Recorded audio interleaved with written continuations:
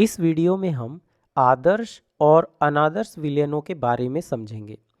मूल रूप से द्रव विलयनों या द्रव द्रव विलयनों को राउल्ट के नियम के आधार पर आदर्श यानी कि आइडियल और अनादर्श यानी कि नॉन आइडियल विलयनों में वर्गीकृत किया जा सकता है। तो परिभाषा के अनुसार ऐसे विलयन जो सभी सांद्रताओं पर राउल्ट के नियम का पालन करते हैं उन्हें आदर्श विलयन कहा जाता है, और जो विलयन सभी सांद्रताओं पर राउल्ट के नियम का पालन नहीं करते हैं उन्हें अनादर्श विलयन कहा जाता है। इसका क्या मतलब है, चलिए इसे समझते हैं। तो मान लीजिए कि हमारे पास दो द्रव हैं, पहला द्रव ए है और दूसरा द्रव बी है। अब हम जानते हैं कि यदि ये द्रव अपने शुद्ध रूप में है तो द्रव ए के अणुओं के बीच ए ए प्रकार की अंतःक्रिया होगी और द्रव बी के अणुओं के बीच बी बी प्रकार की अंतःक्रिया होगी। लेकिन जब हम इन दोनों द्रवों को मिलाकर एक विलयन तैयार करते हैं, जिसे हम द्विघटकीय विलयन या बाइनरी सॉल्यूशन कहते हैं, तब यदि इस विलयन या मिश्रण में सभी अंतःक्रियाएं एक समान प्रकृति की हैं तो हम इसे आदर्श विलयन कहेंगे। इसका मतलब यह है कि ए प्रकार के अणुओं और बी प्रकार के अणुओं के बीच लगने वाला अंतर आणविक आकर्षण बल यानी समान अणुओं के बीच लगने वाला आकर्षण बल ए और बी प्रकार के अणुओं यानी असमान अणुओं के बीच लगने वाले अंतर आणविक आकर्षण बल के लगभग समान होता है। यानी ये सभी अंतःक्रियाएं लगभग समान होती हैं, और जब ऐसा होता है तो हम इसे आदर्श विलयन कहते हैं। अब हो सकता है कि आप सोचें कि ऐसा विलयन बनाना इतना आसान नहीं है, तो आप वास्तव में गलत नहीं हैं, क्योंकि एक पूर्णतः आदर्श विलयन वास्तव में बहुत दुर्लभ होता है। लेकिन इसका मतलब यह नहीं है कि हम आदर्श विलयन के लगभग समान व्यवहार करने वाला विलयन नहीं बना सकते। उदाहरण के लिए एन हेक्सेन और एन हेप्टेन का विलयन लगभग एक आदर्श विलयन होता है। यदि आप एन हेक्सेन की संरचना को देखें तो यह कुछ इस तरह की होती है और एन हेप्टेन की संरचना कुछ इस तरह की होती है। ये दोनों ही अध्रुवीय हाइड्रोकार्बन हैं और लंदन प्रकीर्णन बलों के माध्यम से अंतःक्रिया करते हैं। जब हम इन दोनों द्रवों को मिलाते हैं तब एन हेक्सेन अणुओं को एक दूसरे से अलग करने के लिए या एन हेप्टेन अणुओं को एक दूसरे से अलग करने के लिए आवश्यक ऊर्जा लगभग उसी ऊर्जा के समान होती है जो ऊर्जा एन हेक्सेन और एन हेप्टेन अणुओं के अंतःक्रिया करने पर मुक्त होती है। इसका क्या मतलब है? इसका मतलब यह है कि जब हम इन दोनों द्रवों को मिलाते हैं तो प्रणाली की ऊर्जा में अधिक परिवर्तन नहीं होता है। यही कारण है कि एक आदर्श विलयन में मिश्रण बनाने की एंथैल्पी शून्य होती है। इसका मतलब है कि जब इन दो द्रवों को मिलाया जाता है तो कोई ऊष्मा अवशोषित या मुक्त नहीं होती है। इसी प्रकार मिश्रण बनाने पर आयतन में परिवर्तन भी शून्य होता है, यानी विलयन का आयतन मिश्रण बनाने से पहले दोनों अवयवों के आयतनों के योग के बिल्कुल बराबर होता है। इसे हम इनकी संरचना से भी देख सकते हैं, जो लगभग एक समान है।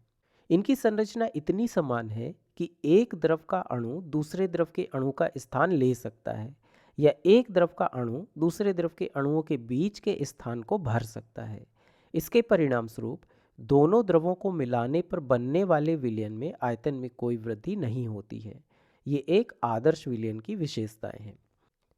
इसका एक अन्य उदाहरण बेंजीन और टॉलुइन है। यहाँ भी जब हम इन दोनों को मिलाते हैं तो हमें एक आदर्श विलयन मिलता है, जिसमें बेंजीन बेंजीन अणुओं और टॉलुइन टॉलुइन अणुओं के बीच की अंतःक्रिया बेंजीन और टॉलुइन अणुओं के बीच की अंतःक्रिया के लगभग समान होती है।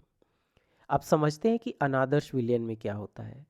तो हमने वीडियो की शुरुआत में देखा था कि अनादर्श विलयन वे होते हैं जो सभी सांद्रताओं पर राउल्ट के नियम का पालन नहीं करते हैं। ऐसे अनादर्श विलयन में ना तो मिश्रण बनाने की एंथैल्पी शून्य होती है और ना ही मिश्रण का आयतन शून्य होता है। इसके साथ ही अनादर्श विलयनों का वाष्प दाब भी राउल्ट के नियम द्वारा पूर्वानुमानित वाष्प दाब से या तो अधिक होता है या कम होता है। अब यदि विलयन का वाष्प दाब राउल्ट के नियम द्वारा पूर्वानुमानित वाष्प दाब से अधिक है तो हम कहते हैं कि विलयन राउल्ट के नियम से धनात्मक विचलन प्रदर्शित कर रहा है। और यदि विलयन का वाष्प दाब राउल्ट के नियम द्वारा पूर्वानुमानित वाष्प दाब से कम है तो हम कहते हैं कि विलयन राउल्ट के नियम से ऋणात्मक विचलन प्रदर्शित कर रहा है। लेकिन आणविक स्तर पर धनात्मक या ऋणात्मक विचलन का क्या अर्थ है, चलिए इसे समझते हैं। तो मान लीजिए कि यह एक बंद कंटेनर है जिसमें हमारे पास दो द्रवों का एक विलयन है। ए पहला द्रव है और बी दूसरा द्रव है। अब मान लेते हैं कि इनमें से ए विलेय यानी कि सॉल्यूट है और बी विलायक यानी कि सॉल्वेंट है। अब जो अनादर्श विलयन राउट के नियम से धनात्मक विचलन प्रदर्शित करता है उसमें विलयन का वाष्प दाब राउल्ट के नियम द्वारा पूर्वानुमानित वाष्प दाब से अधिक होता है। यानी यहाँ हमें यह समझना है कि द्रव विलयन में किस प्रकार की अंतःक्रिया होती है जिसके कारण विलयन का वाष्प दाब अधिक होता है। तो विलयन का वाष्प दाब अधिक होने के लिए इन दोनों द्रवों यानी कि ए और बी इनके अणुओं के बीच अंतःक्रिया इन द्रवों के समान अणुओं की अंतःक्रिया की तुलना में कमजोर होना चाहिए। इसका मतलब है कि ए प्रकार की अंतःक्रिया या बी प्रकार की अंतःक्रिया ए बी प्रकार की अंतःक्रिया से अधिक मजबूत होगी। दूसरे शब्दों में विलेय और विलायक के अणुओं के बीच लगने वाला अंतर आणविक आकर्षण बल केवल विलेय के अणुओं के बीच या केवल विलायक के अणुओं के बीच लगने वाले अंतर आणविक आकर्षण बल की तुलना में कमजोर होगा। उदाहरण के लिए मान लीजिए कि यहाँ विलेय ए एसीटोन है और विलायक बी एथेनॉल है।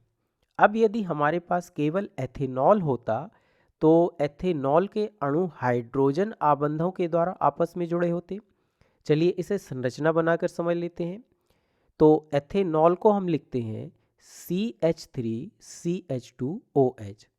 अब यहाँ जो ऑक्सीजन परमाणु है वह दूसरे एथेनॉल अणु के हाइड्रोजन परमाणु के साथ अंतःक्रिया कर सकता है और इसी तरह हाइड्रोजन परमाणु दूसरे एथेनॉल अणु के ऑक्सीजन परमाणु के साथ अंतःक्रिया कर सकता है, जैसा कि मैंने यहाँ दर्शाया है। इस प्रकार हम देख सकते हैं कि शुद्ध अवस्था में एथेनॉल अणु हाइड्रोजन आबंधों के द्वारा आपस में मजबूती से बंधे होते हैं, इसलिए ये अणु सामान्यतः वाष्प प्रावस्था में जाने का प्रतिरोध करते हैं। लेकिन यदि हम इस एथेनॉल में थोड़ी मात्रा में एसीटोन मिला दें तो क्या होगा? तो ऐसे में कुछ एसीटोन अणु एथेनॉल अणुओं के बीच के इन हाइड्रोजन आबंधों को तोड़ देते हैं, जिससे ये अणु अब वाष्प प्रावस्था में जाने के लिए स्वतंत्र हो जाते हैं। चूँकि एसीटोन या एथेनॉल अणुओं के लिए अब वाष्प प्रावस्था में जाना आसान होता है, इसलिए जब ये अपनी शुद्ध अवस्था में होते हैं तो विलयन का वाष्प दाब बढ़ जाता है। इसके कारण ही हमें धनात्मक विचलन देखने को मिलता है। धनात्मक विचलन प्रदर्शित करने वाला एक और अनादर्श विलयन कार्बन डाइसल्फाइड और एसीटोन का मिश्रण है। अब चलिए देखते हैं कि ऋणात्मक विचलन की स्थिति में क्या होता है। यहाँ बिल्कुल विपरीत स्थिति होती है। राउल्ट के नियम से ऋणात्मक विचलन के मामले में ए अणुओं के बीच लगने वाला या फिर बी अणुओं के बीच लगने वाला अंतर आणविक आकर्षण बल ए बी अणुओं के बीच लगने वाले अंतर आणविक आकर्षण बल की तुलना में कमजोर होता है। इसलिए यहाँ द्रव के अणु एक दूसरे के साथ मजबूती से बंधे रहते हैं और विलयन प्रावस्था में ही बने रहते हैं। यही कारण है कि वे आसानी से वाष्प प्रावस्था में नहीं जाते। चूँकि यहाँ द्रव ए और द्रव बी के अणु वाष्प प्रावस्था में आसानी से नहीं जाते हैं, इसलिए विलयन का वाष्प दाब कम हो जाता है। ऐसा तब होता है जब विलेय और विलायक के अणुओं के बीच मजबूत अंतःक्रिया होती है। चलिए ऐसे विलयन को भी एक उदाहरण लेकर समझते हैं। तो मान लीजिए कि ए क्लोरोफॉर्म है और बी एसीटोन है। अब जब हम इन दोनों द्रवों को आपस में मिलाते हैं तो यहाँ हमें ऋणात्मक विचलन देखने को मिलता है। ऐसा इसलिए होता है क्योंकि क्लोरोफॉर्म के अणु एसीटोन के अणुओं के साथ हाइड्रोजन आबंध बना सकते हैं। इसे यदि संरचना बनाकर देखें तो यह कुछ इस प्रकार बनती है। यहाँ विद्युत ऋणात्मक ऑक्सीजन परमाणु क्लोरोफॉर्म के अम्लीय हाइड्रोजन परमाणु के साथ हाइड्रोजन आबंध बनाता है। यहाँ यह हाइड्रोजन अम्लीय इसलिए है क्योंकि जिस अल्फा कार्बन से यह जुड़ा हुआ है वह आगे 3 अत्यधिक विद्युत ऋणात्मक क्लोरीन परमाणुओं से जुड़ा हुआ है। इसलिए ये क्लोरीन परमाणु इलेक्ट्रॉन घनत्व को अपनी ओर खींच लेते हैं, जिससे यह हाइड्रोजन परमाणु अत्यधिक अम्लीय हो जाता है।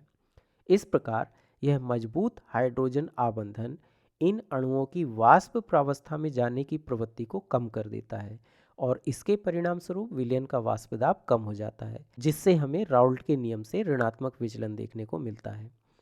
दो अवयवों वाले विलयन का एक और उदाहरण जो ऋणात्मक विचलन दर्शाता है वह है फिनॉल और एनिलीन का मिश्रण। यहाँ अंतर आणविक हाइड्रोजन आबंध नाइट्रोजन और फिनॉल के OH समूह के हाइड्रोजन के बीच बनता है। नाइट्रोजन और फिनॉल के OH समूह के हाइड्रोजन के बीच यह अंतःक्रिया इन द्रवों के समान अणुओं के बीच यानी AA प्रकार के अणुओं या BB प्रकार के अणुओं के बीच की अंतःक्रिया से कहीं अधिक मजबूत होती है। इसलिए विलयन का वाष्प दाब कम हो जाता है और हमें ऋणात्मक विचलन देखने को मिलता है। तो इस प्रकार हम समझ सकते हैं कि किस प्रकार के अणु अनादर्श विलयन बनाते समय किस प्रकार का विचलन प्रदर्शित कर सकते हैं।